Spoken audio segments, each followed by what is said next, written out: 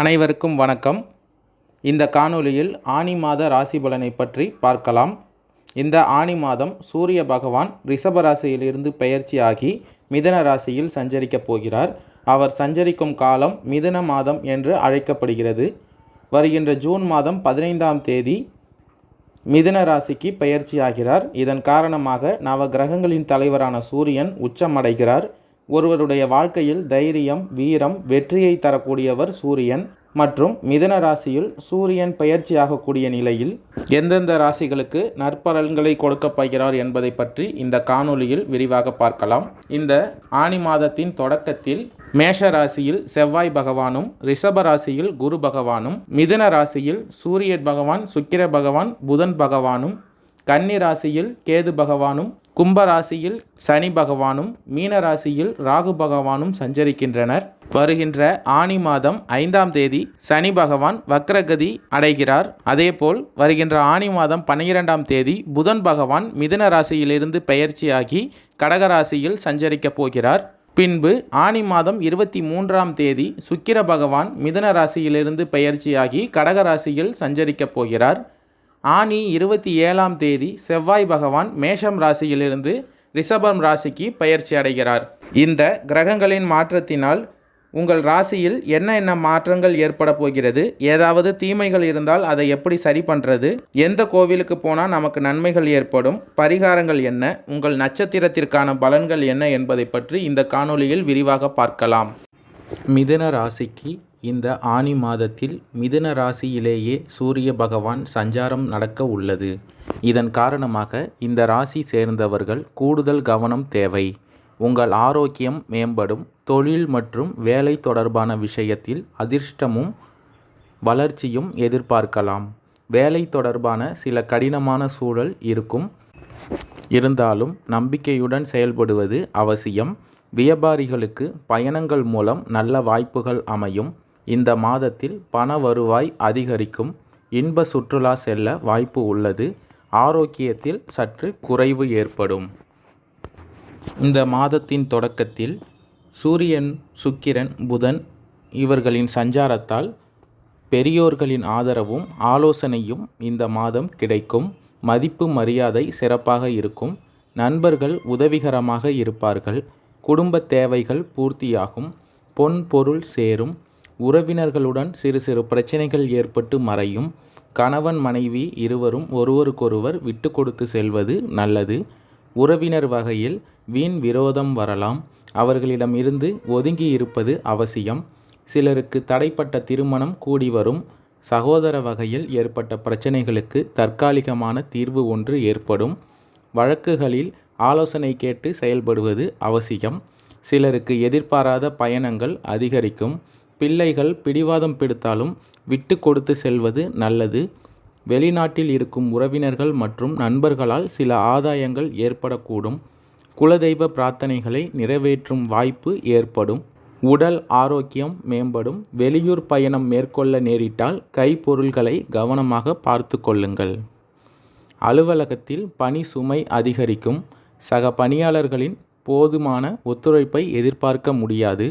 அதிகாரிகளை அணுகும்போது பொறுமையை கடைபிடிக்கவும். எதிர்பார்த்த சலுகைகள் கிடைப்பதில் தாமதம் ஏற்படும். தொழில் வியாபாரத்தில் எதிர்பார்த்த பலன் கிடைப்பதற்கு கூடுதலாக உழைக்க வேண்டி வரும். முக்கிய முடிவுகளை எடுப்பதில் நிதானம் அவசியம்.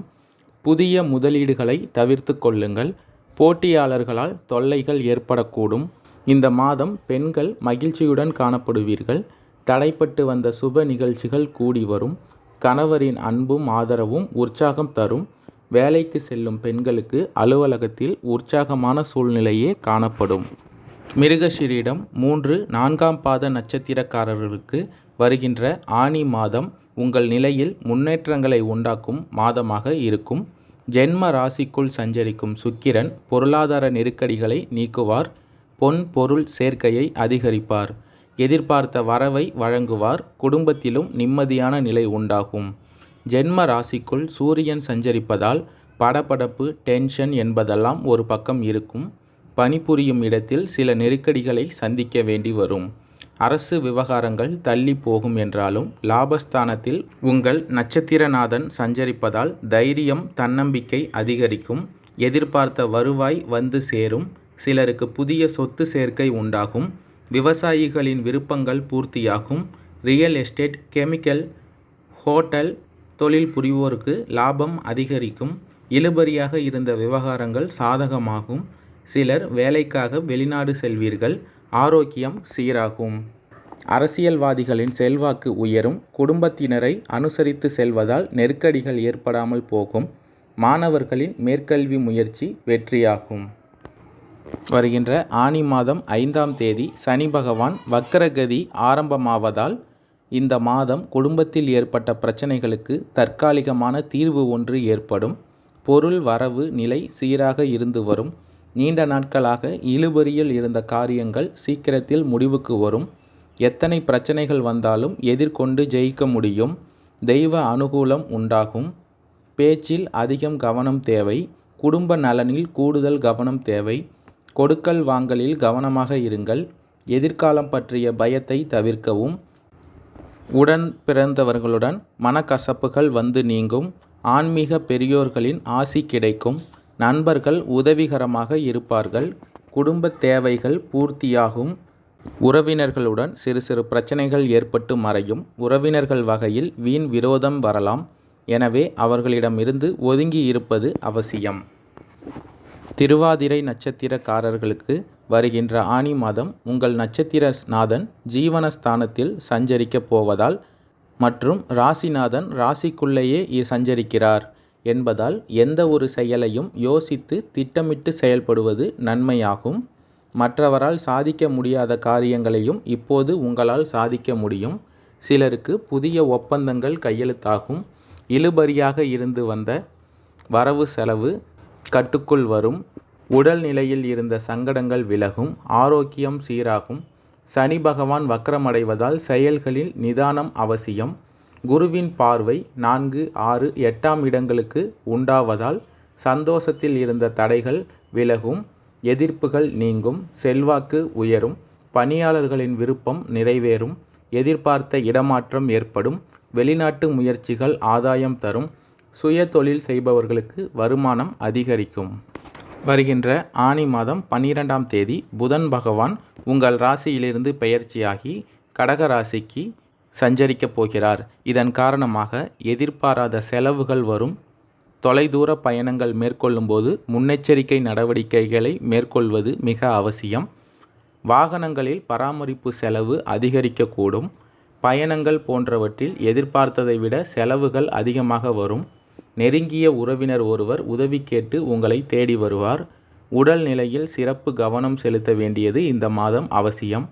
கொடுக்கல் வாங்கலில் விவகாரங்களில் சிறிது காலத்திற்கு தள்ளி வைப்பது நல்லது.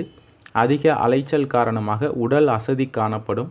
கணவன் மனைவிக்கு இடையே பிரச்சனை வரும். அன்றாட செலவுகளை குறைக்க முயற்சி செய்தாலும் பலன் குறைவாகவே காணப்படும். எந்த ஒரு விஷயத்தையும் ஒரு முறைக்கு பல முறை யோசித்து முடிவெடுக்கவும். புனர்பூசம் 1, 2, 3ஆம் பாத நட்சத்திரக்காரர்களுக்கு வருகின்ற ஆனி மாதம் உங்கள் நட்சத்திரநாதன் குரு விரயஸ்தானத்தில் சஞ்சரிப்பதாலும் அவருடைய 3 பார்வைகளும் உங்களுக்கு யோகத்தை வழங்க இருக்கிறது. இதுவரையில் உங்களுக்கு இருந்த சங்கடங்கள் விலகும். உத்தியோகத்தில் இருப்பவர்களுக்கு எதிராக செயல்பட்டவர்கள் விலகி செல்வார்கள்.